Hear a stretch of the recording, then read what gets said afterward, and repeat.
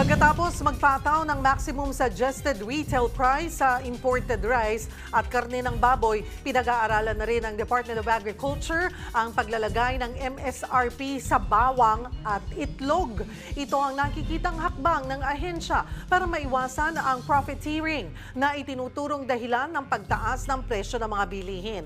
Kaugnay niyan, makakausap natin si Assistant Secretary Joycel Panlilio, ang Deputy Spokesperson ng Department of Agriculture. Magandang tanghali po sa inyo, ASEC. Magandang tanghali rin sa iyo, Cheryl, at sa lahat ng tagapangkilik ng inyong programa. ASEC, umabot na po hanggang 160 pesos per kilo ang presyo ng bawang. Na-assess na ba ang dahilan po sa likod nito?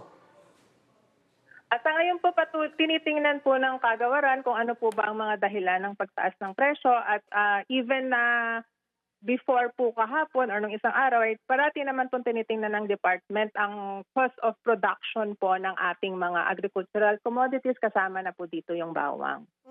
Pero may suspecha po ba tayo ng dahilan? Kung ano po ang dahilan? Titingnan pa rin po namin ito at hindi pa po namin nakikita kung ano po yung eksaktong kadahilanan ng presyong ito. Sa latest Ng monitor, pagtaas po ng Opo, ASEC, sa latest monitoring po ninyo, magkano na ang presyo ng imported garlic? At kailangan pa rin bang magpataw po ng MSRP?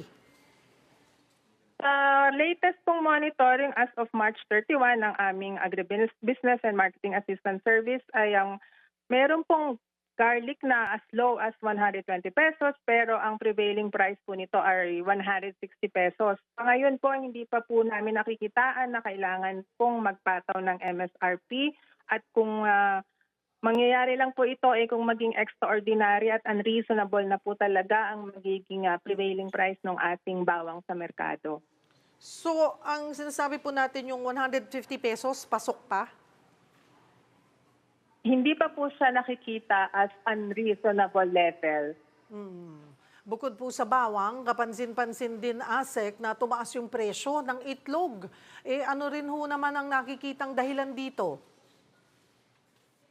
Isa pong nakita po kasi naming dahilan dito ay yung pagtaas po ng demand sa itlog dahil alam naman po natin na campaign period po, so tumaas po ang demand sa itlog at yung isa pa pong dahilan ay yung rising temperature po natin ngayon, kaya yung marami rin pong may bilang din po ng mga namamatay na manok.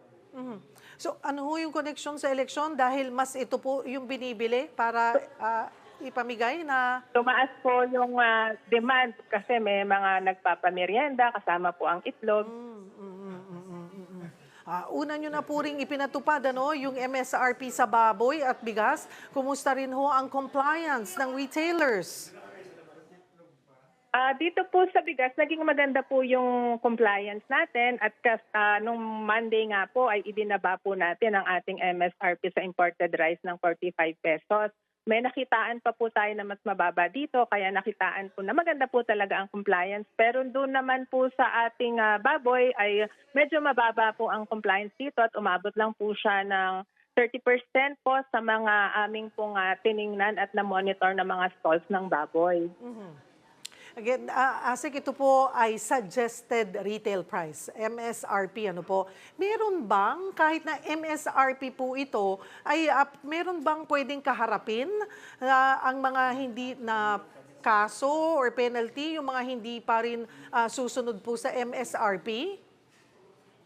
Tinitingnan po kasi namin dito yung mula po production hanggang makarating po sa merkado. Kung makikitaan po natin na ang kanila pong pagbabenta ay magiging profiteering na po ito, ay maari na po sila kasuhan sa under po ng Price Act na may karampatang pong parusa ng pagkakakulong at pagmumulta. Magkakaroon naman po ng due process bago po natin sila kasuhan ng profiteering. Marami pong salamat, ASEC Joycel Panlilio ng Department of Agriculture.